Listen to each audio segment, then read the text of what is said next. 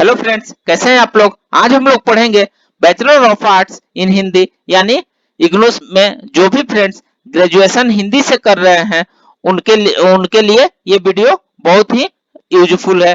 तो आइए इसमें आज हम लोग पढ़ेंगे PhD 143 में प्रेमचंद्र के उपन्यासकार प्रेमचंद्र। तो उपन्यासकार प्रेमचंद्र को वीडियो स्टार्ट करने से पहले जो भी फ्रेंड्स हमारे चैनल पर नए आए हैं कृपया चैनल को सब्सक्राइब कर ले और बेल आइकन को प्रेस कर दे ताकि जो भी लेटेस्ट वीडियो हमारे चैनल पे आए वो सबसे पहले आपको मिल सके। तो ज्यादा टाइम को न किल करते हुए आइए चलते हैं उपन्यासकार प्रेमचंद्र। हिंदी उर्दू में प्रेमचंद्र की ख्याति एक उपन्यासकार के रूप में है। उन्हें हिंदी समाज ने उपन्यास सम्राट की उपाधि दी है। किसी अन्य लेखक को यह उपाधि नहीं मिली है। उन्होंने प्रारंभ में उर्दू में उपन्यास की रचना की और बाद में उन्होंने हिंदी उर्दू दोनों भाषाओं में लेखन का कार्य किया। उनका पहला उपन्यास उर्दू में है जिनको हम खुरमा और हम सबाब के नाम से जानते हैं, जो 1906 में प्रकाशित हुआ था। यह सामाजिक उपन्यास है। इसका नायक समाज सुधार के कार्य करता है। हिंदी में यह उपन्यास प्रेमा के नाम से प्रकाशित हुआ। बाद में उन्होंने इस उपन्यास को प्रतिज्ञा शीर्षक से पुनः प्रकाशित किया तथा प्रसारित किया। इसकी कथा और उद्देश्य को उन्होंने बदल दिया। इसके साथ ही उन्होंने रूठी रानी शीर्षक एक ऐतिहासिक उपन्यास और वरदान उपन्यास की भी रचना की। आइए देखते हैं वरदान के बारे में। प्रेमचंद्र उस समय आर्य समाज से प्रभावित थे। आर्य समाज से प्रभावित होकर उन्होंने जल वय इशार नामक उपन्यास लिखा। इसी शीर्षक से उर्दू में प्रकाशित हुआ। हिंदी में यह वरदान के नाम से प्रकाशित हुआ। यह प्रेमचंद्र का धार्मिक सामाजिक उपन्यास है। इस उपन्यास के प्रारंभ में एक महिला अष्टभुजा देवी से प्रार्थना करती है कि उनसे वरदान मांगती है कि ऐसा पुत्र हो जो देश का उपकार करे। देश की भलाई और उपकार उस काल के लेखकों का मुख्य सरोकार था। देवी के वरदान से उसे प्रताप चंद्र नामक पुत्र की प्राप्ति होती है, जो बाद में सन्यासी बन जाता है और वह स्वामी बालाजी के नाम से प्रसिद्धि पाता है। इस उपन्यास का मुख्य संदेश यही है कि व्यक्ति को अपना व्यक्तिगत आराम छोड़कर राष्ट्र की सेवा करते रहना चाहिए। उपन्यास की मुख्य कथा भूमि शहरी मध्यम वर्ग से संबंधित है। इसका पात्र दर्शक के रूप में कभी कभी गांव जाते रहते हैं। नेक्स्ट है सेवा सदन।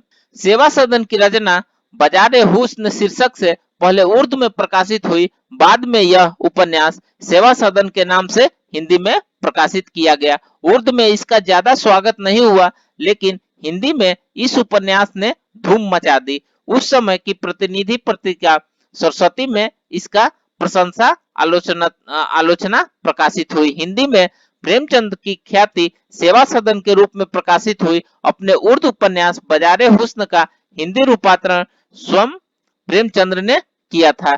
इसका प्रकाशन 1919 में हुआ था। उस युग के लेखकों के अनुसार यह वेश्या समाज पर लिखा गया उपन्यास है। इस उपन्यास की नायिका सुमन है। एक तरह से यह नायिका प्रधान उपन्यास है। यह नायिका प्रधान उपन्यास है। सुमन सामान्य नौकरी पेशा परिवार की कन्या है। उसके पिता थानेदार है।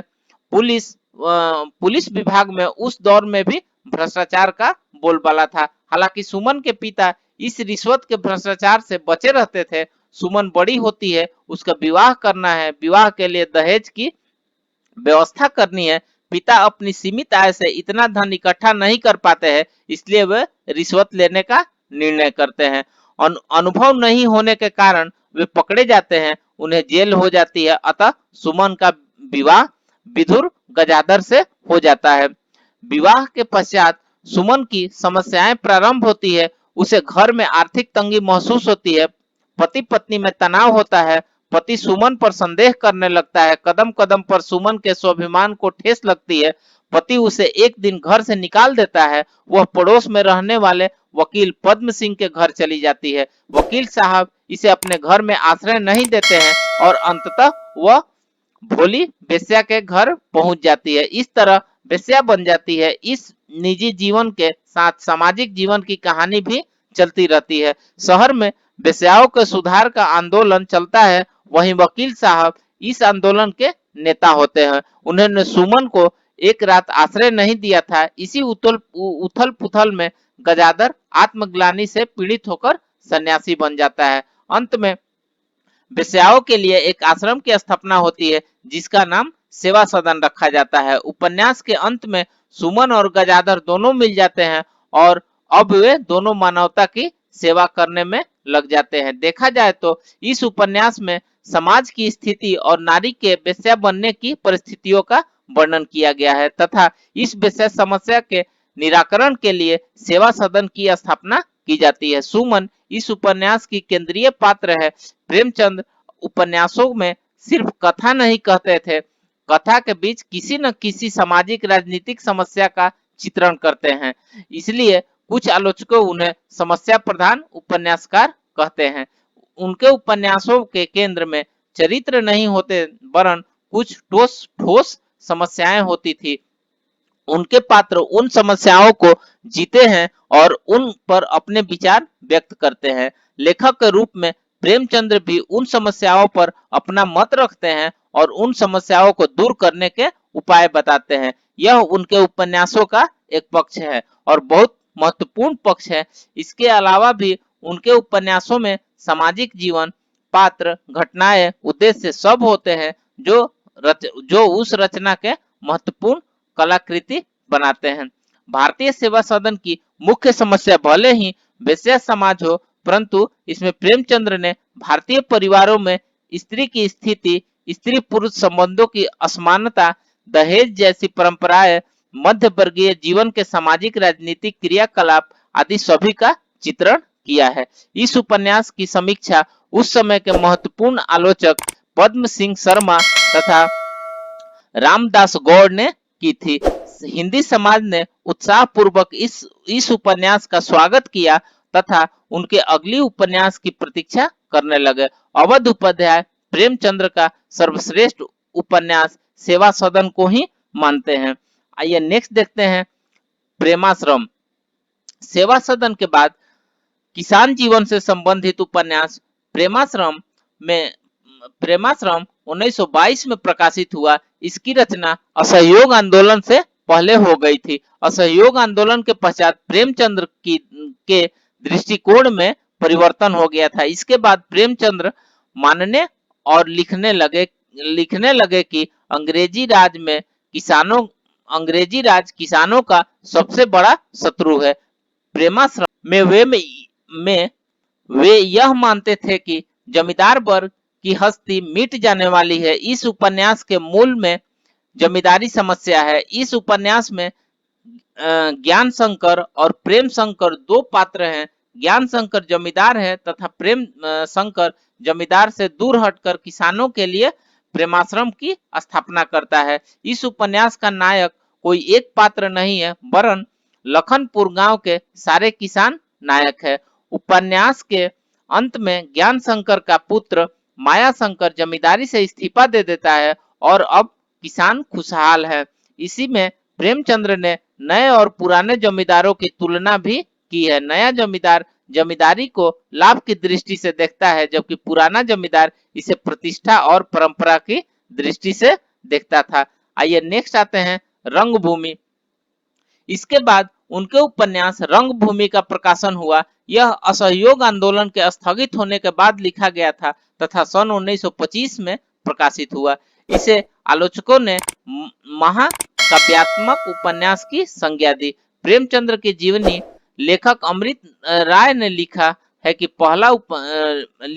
यह पहला उपन्यास है जो हिंदी में लिखा गया है। बाद में इसका उर्दू रूपांतरण प्रकाशित हुआ। इस उपन्यास का केंद्रीय पात्र अंधा भिखारी सूरदास है। सूरदास की जमीन को उद्योगपति जॉन सेवक लेना चाहता है। सूरदास उससे असहमत नहीं होता है। जमीन के बाद वह पांडेपुर की आवासीय जमीन और उसका झोपड़ा भी लेना चाहता है। फिर संघर्ष होता है, आंदोलन होता है। इस आंदोलन में दो दल बन जाते हैं। राजा महेंद्र प्रताप अखबार वाले सरकार सब जॉन सेवक के पक्ष लेते हैं।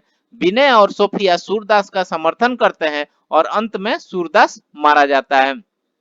जौन सेवक का कारखाना खुल जाता है, नगरीकरण की यह प्रक्रिया पूरी होती है। इस पूरी प्रक्रिया को प्रेमचंद्र ने विस्तार से चित्रित किया है। इसमें पहली बार एक अंग्रेज कलेक्टर मिस्टर क्लार्क पात्र के रूप में आते हैं और वे साम्राज्यवादी नीति को स्पष्ट करते हैं कि सभी अंग्रेज भारत को अनंत काल तक अपने अधीन रखना चाहते हैं। जमींदार और राजा तभी तक अंग्रेज के मित्र है जब तक ये उनके साम्राज्य को बनाए रखने में मदद करते हैं। प्रेमचंद्र के उपन्यासों पर उनके प्रकाशन के साथ ही प्रत्यालोचना का भी दौर प्रारंभ हो गया। उस समय के चर्चित आलोचक अवध उपाध्याय ने सरस्वती पत्रिका में धारावाहिक के रूप में यह प्रमाणित करने का प्रयास किया कि रंग मूवी वेनिटी फेयर का अनुवाद है। आइए नेक्स्ट आते हैं निर्मला। रंगभूमि के पश्चात प्रेमचंद्र ने निर्मला उपन्यास की रचना की। यह उपन्यास चांद पत्रिका में नवंबर 1925 से नवंबर 1926 तक प्रकाशित हुआ। इसमें दहेज प्रथा के कारण उत्पन्न बेमेल विवाह की समस्या का चित्रण किया। यह नायिका प्रधान उपन्यास है और निर्मला इस उपन्यास की नायिका है। प्रेमचंद्र ने अपने उपन्यासों में स्त्री पुरुष भेद की चर्चा अवश्य करते हैं तथा इस आधार पर स्त्री के पीड़ा का वर्णन करते हैं। यह ऐसा पहला उपन्यास है जिसमें स्वाधीनता आंदोलन का वर्णन नहीं किया गया है। आमतौर पर प्रेमचंद्र किसान जीवन और स्वाधीनता आंदोलन का चित्रण अवश्य करते हैं। इस उपन्यास में बेमेल विवाह के कारण युवा नारी की धीमी धीमी हत्या होती है। इस कारण उपन्यास का अंत करुणिक होता है। किसी तरह का आश्रम या आदर्शवादी आकांक्षा इस उपन्यास में नहीं है जो उनके अब तक के उपन्यासों में रही है। सेवा सदन की सुमन अपने ढंग से प्रतिकार करती है और अंत में वेश्याओं के सेवा सदन में पहुंच जाती है। निर्मला कोई प्रतिकार नहीं करती, वह अपने यथार्थ को अपनी नियति मानकर अपना जीवन बिता लेती है। इसके बाद उनका अपेक्षाकृत कमजोर उपन्यास कायाकल्प प्रकाशित होता है। इस उपन्यास में प्रेमचंद्र ने सामाजिक राजनीतिक जीवन के साथ साथ लौकिक अलौकिक धार्मिक कल्पनाओं का भी चित्रित कर रखा है। इस तरह उपन्यास के दो केंद्र हैं। एक केंद्र में जगदीशपुर की रानी देवप्रिया का भोग विलास है, दूसरे केंद्र में चक्रधर है जो इन दोनों कथाओं को जोड़ता है। पहले भाग में धर्म और विज्ञान तथा योग और भोग को मिलाकर चिर यौवन प्राप्त करने की आकांक्षा है। राजनीतिक कथा में सांप्रदायिक दंगे तथा जन जागरण की कथा है। रंगभूमि में सूरदास की पराजय के बावजूद लेखक के मन में आशावाद बचा रहता है और कायाकल्प में ऐसी कोई आशा नहीं है तो फ्रेंड इस प्रकार से हमने प्रेमचंद्र का परिचय और साहित्य में प्रेमचंद्र के उपन्यासकार प्रेमचंद्र के बारे में जाना। तो फिर मिलते हैं नेक्स्ट वीडियो में, तब तक से हमारे चैनल पे बने रहिए। धन्यवाद।